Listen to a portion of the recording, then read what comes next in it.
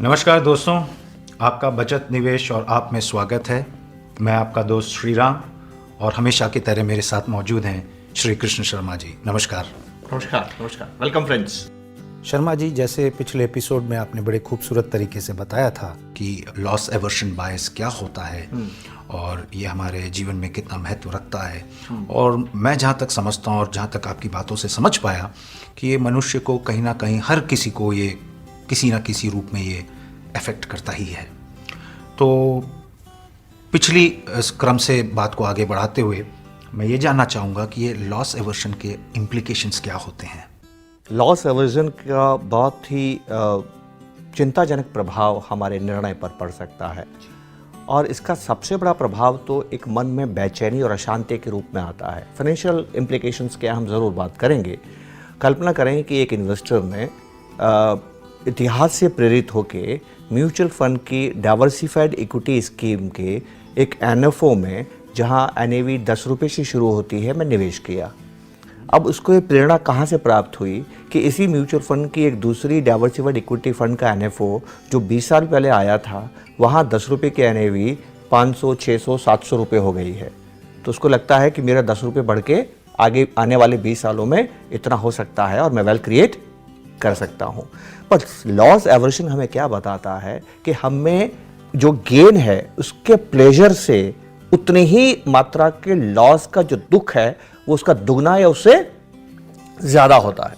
तो जब वो निवेश कर देता है, वो जब निवेश करता है तो उसका निर्णय क्या है कि 20 साल में ये पैसा 20 साल के बाद इस्तेमाल करेगा और 20 साल तक इस पैसे को बढ़ने देगा। पर बाजार तो बाजार है। निवेश करने के बाद वो जानता है कि बाजार ऊपर नीचे होता है। रात को उसको नींद में सपना, आप जानते हैं क्या आता है? उसको सपना ये नहीं आता है कि उसकी 10 रुपये की एनएवी बढ़ के 500, 600, 700 20 सालों में हो जाएगी या होती रही है। उसको सपना ये आता है कहीं वो 10 की 9 ना हो जाए। तो उसका जो सोचने का तरीका है, वो गेन को प्राप्त करने की इच्छा होती है, पर उसके जो प्रयास होते हैं वो नुकसान से बचने के होते हैं। तो इस 20 साल की यात्रा में उसके जो निर्णय होते हैं उसमें एक द्वंद्व पैदा होता है कि आप नीति वो बनाएं जिसमें आपको नुकसान से बचना है या नीति वो बनाएं जिसमें आपको प्रॉफिट मैक्सिमाइज करना है। और अब आप ये तो जानते हैं कि जो आप नीति बनाएंगे वो आपको प्राप्त होगा। अगर आप मिनिमाइजिंग लॉसेस की तरफ आकर्षित होंगे तो वो कब अवॉइडिंग लॉसेस में परिवर्तित हो जाती है वो समझ में नहीं आती है। और ज़्यादातर म्यूचुअल फंड और स्टॉक इन्वेस्टर्स दुनिया भर में ये प्रमाण हमारे पास में है, वो यात्रा अधूरी छोड़ देते हैं और पूरा नहीं कर पाते हैं। ये पहला इम्प्लीकेशन। दूसरा इम्प्लीकेशन, एक मेंटल अकाउंटिंग नाम की अद्भुत चीज़ होती है। उसके बारे में आप मौका देंगे तो हम आने वाले एपिसोड्स में बात करेंगे। ये बहुत कॉम्प्लेक्स विषय है। कोई एक बायस हमें प्रभावित नहीं करता है, कभी कभी 3 विभिन्न प्रकार की सोच हमें प्रभावित करती है। तो मेंटल अकाउंटिंग और लॉस एवर्जन दोनों के प्रभाव से व्यक्ति क्या करता है कि अपने पैसों को टुकड़ों में बांध देता है। ये पैसा मैं सेफ रखूंगा, ये छोटे से पैसे के साथ मैं रिस्क उठाने के लिए तैयार हूँ। आम तौर पर ये देखा गया है कि जो पैसा वो सेफ रखना चाहता है उस पैसे को वो बोलता है ये बच्चों के एजुकेशन के लिए है, ये पैसा बच्चों की शादी के लिए है, ये मेरे रिटायरमेंट के लिए है। तो उसमें दूरी बहुत ज़्यादा होती है, 15-20 साल की होती है। पर इस इन्वेस्टमेंट में जहाँ दूरी बहुत ज़्यादा है, क्योंकि वो लॉस से बचना चाहता है, सेफ रखना चाहता है, उसको फिक्स्ड इंस्ट्रूमेंट में डाल देता है। और हम सभी जानते हैं कि फिक्स्ड इंस्ट्रूमेंट एक लंबी दूरी में परचेसिंग पावर लॉस में चले जाते हैं, वो इन्फ्लेशन को हरा नहीं पाते हैं। और जो पैसा रिस्क लेना चाहता है वो बहुधा छोटी अवधि का होता है और वो एक short term equity market player बन जाता है। क्या आप ये बात जानते हैं कि हिंदुस्तान में जितने भी इक्विटी म्यूचुअल फंड है उसमें पिछला रिकॉर्ड जो मैंने एमपी का देखा था, करीब 49% लोग पहले 1 साल में पैसा निकाल लेते इस एक लॉन्ग टर्म एसेट में। तो एक बड़ा भारी इम्प्लीकेशन है। तीसरा इम्प्लीकेशन लॉस एवर्जन का ये है, कल्पना करें कि आपने 2 इन्वेस्टमेंट किए, इन्वेस्टमेंट ए और इन्वेस्टमेंट बी, और दोनों इन्वेस्टमेंट करने के 6 महीने बाद आपको अचानक से पैसों की ज़रूरत आई और आपको ध्यान है कि म्यूचुअल फंड इन्वेस्टमेंट जो हैं, स्टॉक इन्वेस्टमेंट जो हैं, वो लिक्विडिटी होती है, कभी भी आप पैसा निकाल सकते हैं। और आप प्रेरित होते हैं कहीं, क्योंकि मैं वहाँ कभी भी पैसा निकाल सकता हूँ, चलिए पैसे को निकाला जाए। और आप जाके देखते हैं कि दोनों इन्वेस्टमेंट ने परफॉर्मेंस कैसी की है। तो आप देखते हैं कि इन्वेस्टमेंट ए में आपको लॉस हो रहा है, इन्वेस्टमेंट बी में आपको प्रॉफिट हो रहा है। किसी भी इन्वेस्टमेंट को बेच के आप अपनी ज़रूरत पूरी कर सकते हैं। आंकड़े ये बताते हैं कि ज़्यादातर लोग पैसा वहाँ से निकालते हैं जहाँ मुनाफा हो रहा है, वहाँ से नहीं निकालते हैं जहाँ लॉस हो रहा है। अब कल्पना करें कि आप एक दुकान चलाते हैं और आपने उस दुकान में 2 एम्प्लॉयज़ रखे, 2 नौकर रखे काम करने के लिए। एक बड़ा अच्छा काम करता है, एक बुरा काम करता है। आप नौकरी से किसको निकालेंगे? जाहिर सी बात है जो बुरा काम करता है। निवेश में आपने क्या किया? आपने उसको निकाल दिया जो अच्छा काम करता है। बुरे को क्यों नहीं निकाला? क्योंकि जो इन्वेस्टमेंट अच्छा नहीं कर रहा है, जिसमें आपको लॉस नज़र आ रहा है, उसमें अगर आप पैसा निकालेंगे तो एक मैसेज जाएगा दिमाग में कि लॉस हो गया। वही जान जाने का डर, उसको आप तब तक नहीं निकालेंगे जब तक वो मूल रकम पर वापस नहीं आ जाता है। तो शर्मा जी, क्या हम ये बोल सकते हैं कि जैसे आपने बताया कि वो पैसा जिसमें लॉस हो रहा था जिस इन्वेस्टमेंट में और उसमें से नहीं निकल रहा था, एक दृष्टि से देखें तो वो भय था, लेकिन दूसरे दृष्टिकोण से देखें तो क्या वो उम्मीद भी कह सकते हैं? पर वो उम्मीद का आधार होना चाहिए। मैंने आपसे फिर कहा कि निर्णय जो हैं वो कॉम्प्लेक्स होते हैं। ये विज्ञान नहीं है जिसमें एक केस में भी ये होगा और 1000 केस में भी ये होगा। कभी भी इकोनॉमिक फैसले इस बुनियाद पे नहीं किए जाते हैं कि सही क्या है, गलत क्या है। वो इस बुनियाद पे किए जाते हैं कि उपयुक्त क्या है। और उपयुक्तता कैसे तय की जाती है कि ज़्यादातर लोग क्या करते हैं, ज़्यादातर लोगों पे प्रभाव क्या होता है।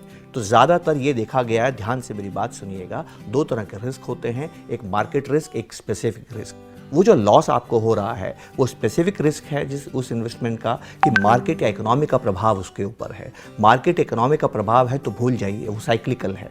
आज मार्केट नीचे है, कल मार्केट ऊपर होता है। हम सभी बाजार की इस प्रवृत्ति को हम जानते हैं, पर वो स्पेसिफिक रिस्क है। तो ध्यान से एक बात समझिएगा, स्टॉक मार्केट की तरफ आपको लेके चलता हूँ। स्टॉक मार्केट के अंदर बहुत सी कंपनियां आईपीओ के जरिए लिस्ट होती हैं। जब वो कंपनियां लिस्ट होती हैं, आईपीओ जब आता है, उस आईपीओ में इंस्टीट्यूशनल इन्वेस्टर्स जिनको फंड मैनेजर संभालते हैं वो भी निवेश करते हैं और रिटेल भी निवेश करते हैं। तो अब एक आईपीओ आया तो उसमें रिटेल भी हैं और फंड मैनेजर्स भी हैं। शनै शनै आप देखेंगे कि हिंदुस्तान में जितने भी आईपीओज आए हैं उसकी 2 कैटेगरीज हैं। एक वो कंपनियां जिन्होंने आईपीओ के बाद निवेशक की वेल्थ क्रिएट की, जबरदस्त वेल्थ क्रिएट की। आपके पास आंकड़े हैं कि 10,000 रुपए के 300 करोड़ हो गए, ऐसे आंकड़े भी आपके पास में हैं। और कुछ कंपनियां ऐसी हैं जिन्होंने आपकी वेल्थ को डिस्ट्रॉय कर दिया। एक अद्भुत बात बताऊं मैं आपको, आप इन कंपनियों के शेयर होल्डिंग पैटर्न को आप देखिए। लॉस एवर्जन की वजह से आप मुनाफे की चीज़ बेचते हैं, घाटे की चीज़ पास में रखते हैं। इसका बहुत बढ़िया प्रमाण मैं आपको बताता हूँ। शेयर होल्डिंग पैटर्न्स को देखिए, ज़्यादातर वो कंपनियाँ जिन्होंने आपकी वेल्थ को डिस्ट्रॉय किया है उनकी शेयर होल्डिंग पैटर्न में अमूमन आप देखेंगे कि रिटेल इन्वेस्टर्स बढ़ रहे हैं या बैठे हुए हैं और फंड मैनेजर शायद लगभग सारे निकल चुके हैं। और जो कंपनियां शानदार कंपनियां, ओजस्वी कंपनियां जिन्होंने वेल्थ क्रिएट किया, जो कंपनियां हिंदुस्तान के इकोनॉमी के लिए बुनियाद तैयार करती, जो पिलर्स हैं हमारे देश की, उन कंपनियों के शेयर होल्डिंग पैटर्न्स को आप देखिए। फंड मैनेजर्स का इन्वेस्टमेंट बढ़ता गया है और रिटेल का इन्वेस्टमेंट कम होता गया। कुछ आश्चर्य की बात नहीं? बिल्कुल आश्चर्य की बात। Loss aversion. तो इसका मतलब यही हुआ कि जहाँ तक रिटेल इन्वेस्टर हुए उनको इस गम से वो उभर नहीं पाए, इस लॉस से उभर नहीं पाए और अपने पास उस इन्वेस्टमेंट को पकड़ के रखे रहे। मैं सिर्फ एक संदेश देना चाहूंगा, डर है, स्वीकार कीजिए कि आप डर रहे हैं, पर आप मानव हैं, आगे बढ़िए, शोध करें। और डर का कारण भावना है कि फैक्ट्स है। अगर भावना से डर रहे हैं तो काबू कीजिए, और फैक्ट्स है तो पता कीजिए कि वो फैक्ट्स आपके अनुकूल हैं या प्रतिकूल हैं, कि वो फैक्ट्स क्या है, वो किस तरह से आपके निवेश को प्रभाव करेंगे। और आपका अगर शोध ये कहता है, इकोनॉमिक शोध ये कहता है, आपके एडवाइज़र आपको ये बताते हैं कि जहां आपने निवेश किया है वो साइक्लिकल प्रेशर में है और चीज़ें सुधरेंगी, तो आप ज़रूर बैठे रहिए और प्रॉफिट को प्राप्त करने की कोशिश कीजिए, लॉस से बचने की कोशिश मत कीजिए। एक और मज़ेदार बात आपको बताता हूँ, मैंने जीवन में किसी भी अमीर व्यक्ति को आज तक नहीं देखा जिसको कभी लॉस ना हुआ हो, पर मुझे आज तक एक भी गरीब नहीं मिला जिसको लॉस हुआ। लॉस ही प्रॉफिट का आधार बन सकता है, हमें ये बात समझनी होगी। लॉस से एवर्जन न करें, लॉस का सामना करें। शर्मा जी, जैसे आपने अभी बताया कि लॉस एवर्शन का हमें डट के सामना करना चाहिए और ना ही भाग जाना चाहिए उसे देखते ही। ऐसे सिनेरियो में मैं आपसे जानना चाहूँगा कि एक म्यूचुअल फंड किस तरीके से एक निवेशक के लिए सहायक हो सकता है? श्री राम जी, लॉस एवर्जन एक भावना है, हमने इस बात को समझा। ये भावना क्यों है, हमने इस बात को समझा। मॉडर्न इकोनॉमी जो एक डायनामिक इकोनॉमी है, जहाँ पर कि जो इकोनॉमिक इंडिकेटर्स हैं वो बहुत इलास्टिक हो गए हैं, उनमें बदलाव बहुत तेज़ी से आता है।